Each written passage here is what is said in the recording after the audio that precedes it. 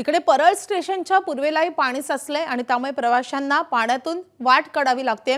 Parel station परिसरातली दृश्य आपण पाहतोय। सकाळी 8 वाजताची म्हणजे अगदी काही मिनिटांपूर्वीची दृश्य आहे। कशा रीतीनं पाणी साचलेलं आहे आणि या पाण्यातूनच नोकरीसाठी बाहेर पडलेल्या मुंबईकरांना वाट काढावी लागते। परळ स्टेशन परिसरातली दृश्य आहे।